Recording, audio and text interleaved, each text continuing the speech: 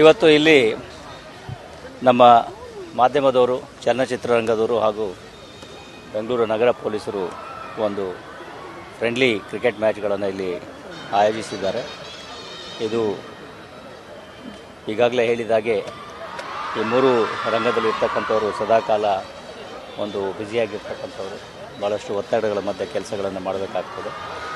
ಆ ಒಂದು ಸಂದರ್ಭದಲ್ಲಿ ಈ ಒಂದು ಕ್ರಿಕೆಟ್ ಪಂದ್ಯಾಟವನ್ನು ಆಯೋಜಿಸ್ತಕ್ಕಂಥದ್ದು ಸಂತೋಷದ ವಿಷಯ. ಎಲ್ಲರೂ ಕೂಡ ಇಲ್ಲಿ ಒಂದು ಸೌಹಾರ್ದಯುತ ವಾತಾವರಣದಲ್ಲಿ ಕ್ರಿಕೆಟನ್ನು ಆಡಿ ತಮ್ಮ ಒಂದು ದೈಹಿಕ ಇದನ್ನು ತಣಿಸೋದರ ಜೊತೆಗೆ ಎಲ್ಲರೂ ಒಳ್ಳೆಯ ಕ್ರಿಕೆಟ್ ಪಂದ್ಯಾಟವನ್ನು ಆಡಲಿ ಅಂಥೇಳಿ ಮತ್ತು may the best in win. Cricket ಪಂದ್ಯಾಟದ ಜೊತೆಗೆ ಮನೋರಂಜನೆಯೂ ಕೂಡ ಆಗಲಿ. ಎಲ್ಲ ಸಾಕಷ್ಟು ಸಂಖ್ಯೆಯಲ್ಲಿ ಇಲ್ಲಿ ಮಕ್ಕಳು ಕೂಡ ಸೇರಿದ್ದಾರೆ. ಎಲ್ಲರೂ ಕೂಡ ಒಂದು ಒಳ್ಳೆಯ ಒಂದು ಕ್ರೀಡಾ ಕೂಟವನ್ನು ನೋಡಲಿಕ್ಕೆ ಅವಕಾಶ ಆಗಲಿ ಅಂತ ನಾನು ಆಶಿಸ್ತೀನಿ.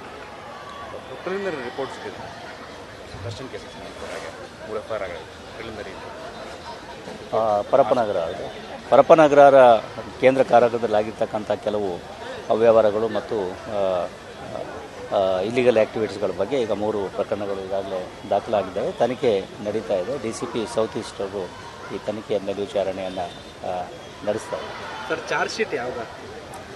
ಚಾರ್ಜ್ ಶೀಟು ಆದಷ್ಟು ಶೀಘ್ರದಲ್ಲಿ ಹಾಕ್ತೇವೆ. ಈಗಾಗಲೇ ಚಾರ್ಜ್ ಶೀಟ್ ರೆಡಿಯಾಗಿದೆ. ಎಲ್ಲ ವರದಿಗಳು ಕೈ ಸೇರಿದ್ದಾವೆ.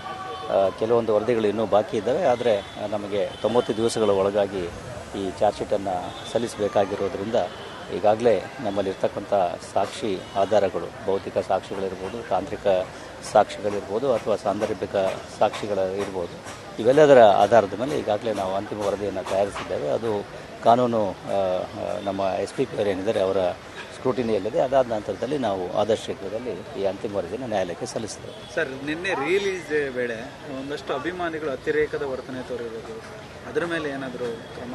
ಅಲ್ಲಿ ಪ್ರಸನ್ನ ಥಿಯೇಟರ್ ಹತ್ರ ಕೆಲವು ಅಭಿಮಾನಿಗಳು ಸೇರಿರ್ತಕ್ಕಂಥದ್ದು ಸ್ವಲ್ಪ ಅಲ್ಲಿ ಗೊಂದಲದ ವಾತಾವರಣ ಉಂಟಾಗಿರ್ತಕ್ಕಂಥ ಗಮನಕ್ಕೆ ಬಂದಿದೆ. ಅಲ್ಲಿ ಸ್ಥಳೀಯ ಪೊಲೀಸರು ಅವಶ್ಯಕವಾಗಿರ್ತಕ್ಕಂತಹ ಕ್ರಮಗಳನ್ನು ಕೈಗೊಂಡಿದ್ದಾರೆ.